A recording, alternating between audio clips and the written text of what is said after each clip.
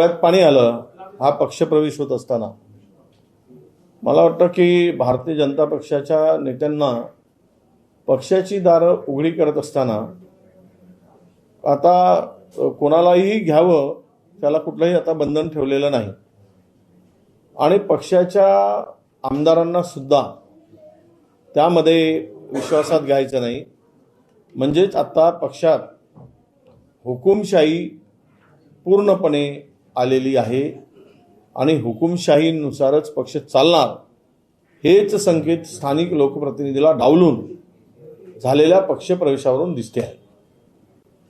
एक तर महाराष्ट्रामध्ये ज्या पद्धतीनं या पक्षाची वाटचाल सुरू आहे,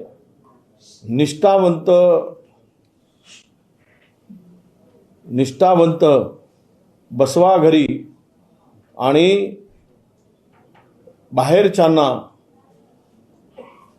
घ्यावा डोक्यावरी नवीन नारा यांनी द्यावा. आता हे निष्ठावंत आहेत, प्रामाणिक आहेत. मी एकदा नेहमी म्हणत असतो की सुधीर मुनगंटीवारांची जी काही अवस्था झाली तर माझं डायलॉग नेहमी असतं की सुधीर भाऊचे आमदारकीचे वय झाले 31 पण त्यांना विचारत नाही देवेंद्र भाऊ फडणवीस.